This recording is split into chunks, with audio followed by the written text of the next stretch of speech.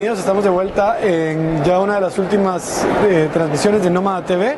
Estamos con Joy García de Nómada y tenemos como invitadas a Helen Mack, directora de la Fundación Mirna Mack, y a Mónica Mazariegos, directora de Impunity Watch, que es una de las ONGs más incisivas también en el tema de la lucha contra la impunidad. Bienvenidas. Pues con el presidente electo ya sin ninguna duda quisiéramos hablar del tema de la impunidad, de dónde venimos, cómo estamos y hacia dónde vamos. Ustedes llevan muchos años trabajando en la lucha contra la impunidad y pensando y reflexionando sobre esta lucha. ¿Cómo podrían sintetizar desde dónde venimos en todas estas batallas de los últimos 15 años, 20 años? Bueno, venimos de toda una cultura de impunidad, precisamente y un sistema de justicia que solamente es accesible a aquellos ciudadanos que son de primera categoría, ¿verdad? Porque aquí el Estado de Derecho de que todos somos iguales ante la ley no es cierto.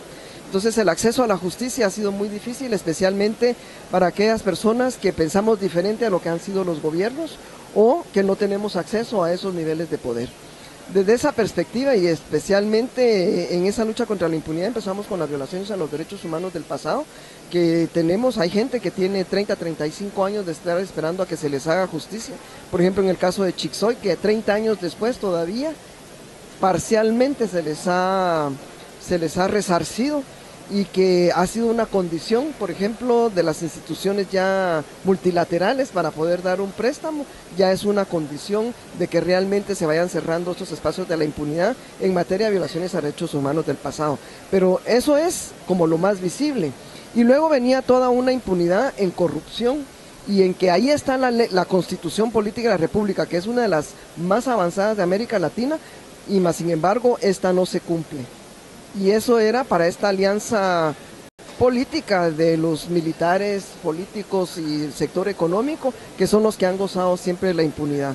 Con la finalización del conflicto armado interno, fuimos testigos, ¿verdad?, de cómo estas estructuras de inteligencia que estaban en puestos estratégicos se estaban corrompiendo, vinculándose a crimen organizado, por ejemplo en el tema del contrabando, como sucedió con el caso de la línea, pero son los aeropuertos, son también el aeropuerto, los puertos, migración, la policía, como esos espacios donde el sector de inteligencia, la comunidad de inteligencia tenía control, pues ha servido utilizado para la corrupción. Y de ahí, cómo es que nace la CICIG, ¿verdad? Que es la que realmente, con los casos que presenta ahora, también documentados con el apoyo, trabajados conjuntamente con el Ministerio Público, nos ponen en blanco y negro y con pruebas contundentes de esa corrupción que llega al más alto nivel, como es el presidente y la vicepresidenta, ex presidente y ex vicepresidenta Valdetti, que es lo que los hace renunciar. Así es como se mide la impunidad, cuando hay una instancia de justicia que es capaz de llegar al más alto nivel, podemos empezar a decir que comienza a resquebrajarse ese muro de la impunidad. En eso estamos, y nosotros lo que esperaríamos es, de este nuevo presidente electo, y van a hacer señales de alerta en el momento que si empieza a hacerle la guerra a la CICIG, le va a pasar lo mismo que a Valdizón, que quiso sacar a la CICIG y se le revirtió todo, ¿verdad? Y luego otras señales es si empieza a tratar de cortarle un poco la independencia a la fiscal general o al Ministerio Público como institución, pues también va a ser otra señal de alerta a esa lucha contra la impunidad.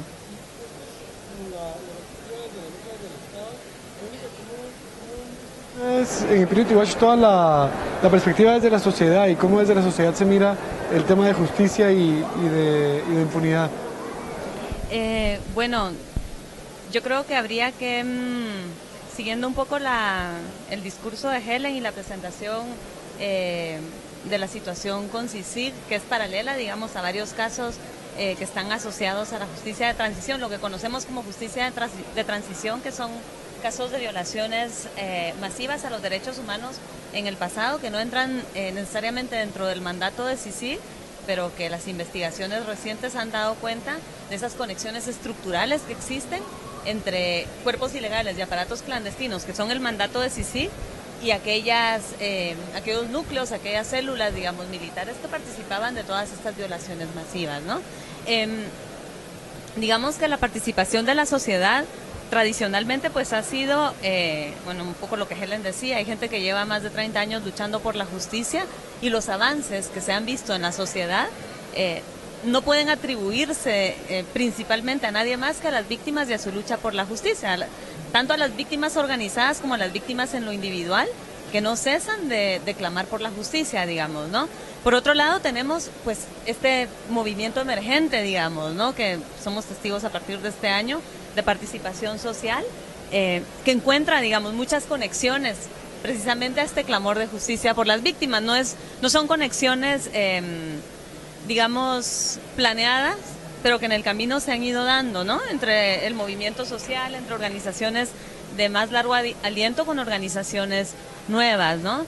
Entonces, digamos que este es un momento súper interesante, el día de hoy, digamos, y todo lo que ha pasado a lo largo de este año, porque hoy nos ha quedado claro, nos ha quedado demostrado el desgaste y el agotamiento del sistema de la democracia cuando se piensa de arriba para abajo, digamos, ¿no? Cuando se piensa en esa estructura de partidos políticos, que está caduca, que se demostró que es corrupta, que no era lícita, que funcionaba de una forma ilegal. Y eso contrasta mucho con la fuerza que va tomando la democracia desde abajo, digamos, integrada precisamente por estas expresiones del movimiento social de largo aliento como con las nuevas expresiones del movimiento social. Esa participación es, digamos, la esperanza, es esa oposición política que en Guatemala tanta falta ha hecho, digamos, ¿no? Porque hemos visto, ha quedado comprobado que los partidos finalmente están jugando todos dentro del mismo tablero y para los mismos intereses. Entonces, esa fiscalización, digamos, esa esperanza de que puede haber una fiscalización distinta, de que puede haber una sociedad bastante más vigilante, bastante más denunciante de todo aquello, no solo de la corrupción, sino de la impunidad en la que operan los funcionarios públicos. Eso es una esperanza, digamos, ¿no? En estos últimos meses pudimos ver un poder judicial más fuerte, más independiente. ¿Ustedes consideran que esta independencia se puede mantener, tomando en cuenta que todavía hay algunas reformas al sector justicia pendientes de conocerse en el Congreso también? Yo diría que en el tema de justicia siguen habiendo temas pendientes, incluso desde la firma de los acuerdos de paz. Recordemos que esta Corte Suprema de Justicia y Corte de Apelaciones llegó muy cuestionada. Si ahorita ha asumido el rol histórico que le corresponde, yo creo que ese es un tuit que mandó el comisionado Velázquez, ¿verdad? Prácticamente haciendo una alerta, ¿verdad?, de que de nada sirve la investigación que pueda hacer el Ministerio Público si un organismo judicial no juega el rol histórico que le corresponde. El hecho de que esa alerta que dio el comisionado, pues hizo que el organismo judicial realmente empezara a actuar como debe de actuar, aplicando la ley. Pero si consideramos, por lo menos yo considero, que todavía hay que depurar a muchos jueces. Hemos visto que por lo menos ahorita hay 4 jueces con antejuicios que los están investigando, pero no solamente son ellos, hay muchos y muchos operadores de justicia, incluyendo el sindicato del organismo judicial. De dónde veníamos en el tema de impunidad, hay un factor común que es el factor de militares de inteligencia. Y cuando vemos, si bien el 70% de ciudadanos parece haber votado contra el viejo sistema político y contra los partidos viejos, el círculo de Jimmy Morales, de su doctorado, de su partido, son militares retirados, y sobre todo de su doctorado, de donde está buscando su equipo de trabajo en seguridad, son del círculo de inteligencia de Pérez Molina. ¿Cómo explican esta contradicción y dónde creen que van a estar los puntos que ya había empezado a mencionar Helen de alarma o de alerta para la ciudadanía sobre todo este tema de seguridad? ¿Cómo puede explicarse que parte del equipo de trabajo de Jimmy, o de donde podría ser su equipo de trabajo, venga de estos militares que formaron las estructuras de impunidad y de corrupción? No sé si quisieras empezar tú, Mónica. Bueno, sí.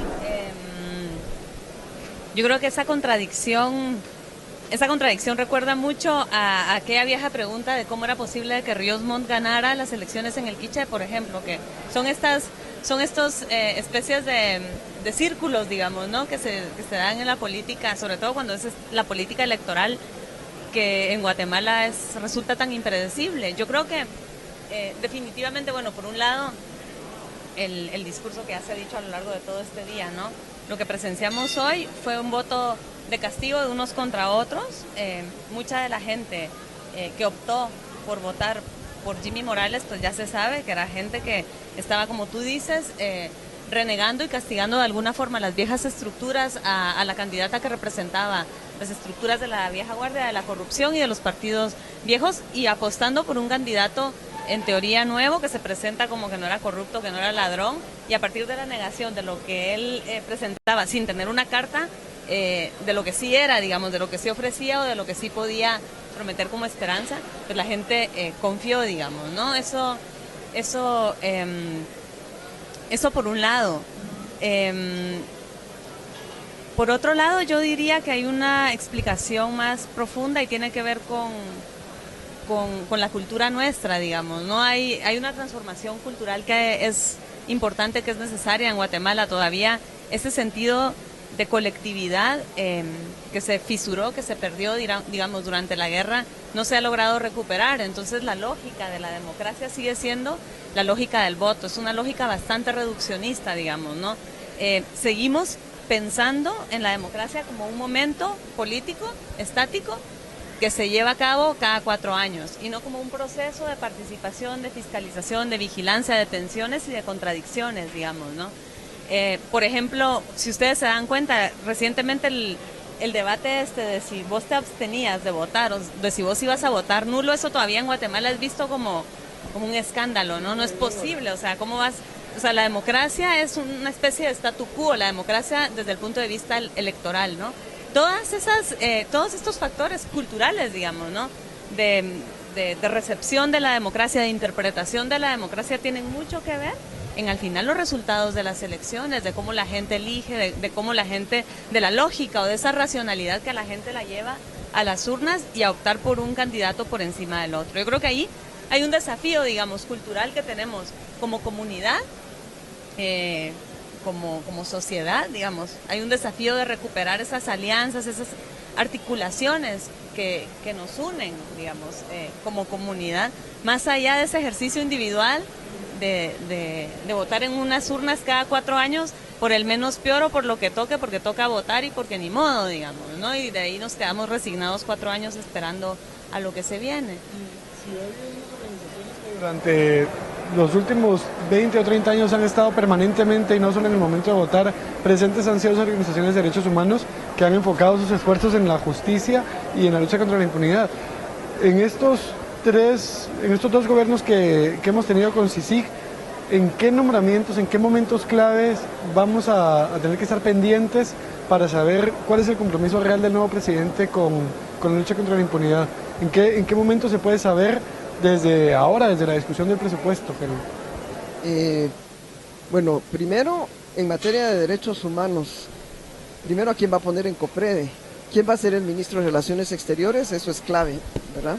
En el tema de seguridad, quién va a ser su ministro de Gobernación, cuáles van a ser sus estrategias en contra de las extorsiones y todo el tema que tiene que ver con seguridad, si realmente va a ser preventivo o va a ser otra vez represivo, que ya se ha probado que la mano dura que ofrecía el presidente Pérez Molina no funcionó. Entonces, ¿va a seguir en esa misma línea o cuál? Ahí es donde se comienzan las alertas. Por ejemplo, a mí las alertas se me vino cuando él dijo que aquellas personas que defendían los derechos humanos hacían mal al país. Jimmy Morales. Entonces, para mí eso ya fue una alerta.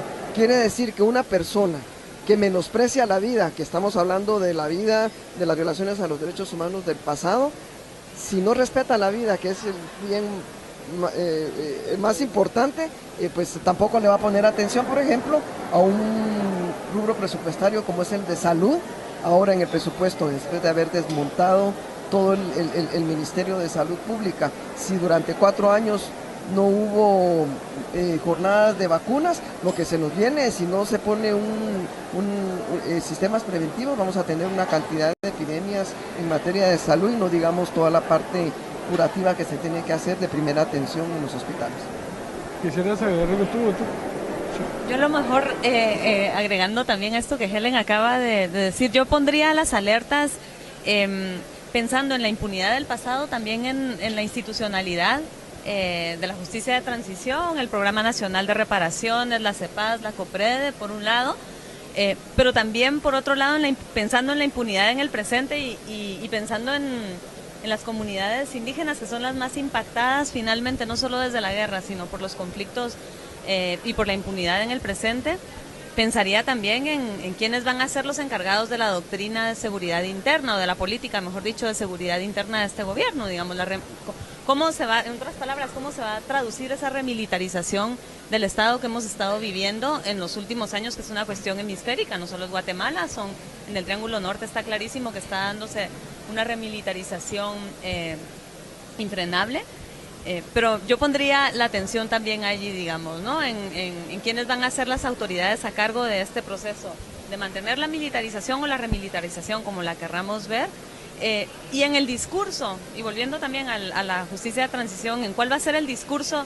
Estamos pensando en el gobierno anterior, ¿no? Estamos transitando, Guatemala es un país que no termina de transitar, de la dictadura a la democracia y de la guerra a la paz, ¿no? Y en ese eterno intento de transición, que finalmente se vuelve una transacción cuando se piensa en la lógica y el sentido común de los políticos, el gobierno anterior fue clarísimo en que su transacción radicaba entre cambio, verdad o reparaciones, o en algunos casos ambas cosas, por justicia, ¿no?